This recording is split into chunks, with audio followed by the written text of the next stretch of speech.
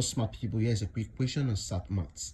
If 2x minus 3y is equal to 4, then find 9 to the power of x all over 27 to the power of y equal to, what's the answer? So let's see which of these options will best fit this solution. So let's start from this point. So we can be able to simplify. If we're able to simplify this, then we can be able to solve this. So the first thing we need to do is to make sure that this 9 and 27 have the same base. Of course, we know that 3 to the power of 2 will produce 9, and 3 to the power of 3 will produce 27. So that way we can be able to replace this for this number. So we have 3 to the power of 2 multiplied by this x, so we have 3 to the power of 2x all over. Here will be 3 to the power of 3y.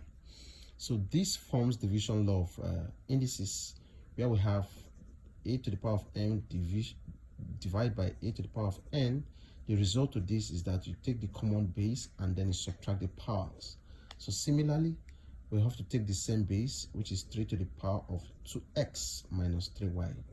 And of course, we have 2x minus 3y here to be equal to 4. So in place of this 2x minus 3y, just replace it with 4. So we have 3 to the power of 4. And 3 to the power of 4 should give us 81, because we have it 3 times 3 times 3 times 3. So this will give 9, and this will give 9, and 9 by 9 will give 81.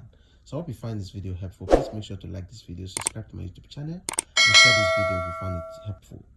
I'll see you in the next video. Bye bye.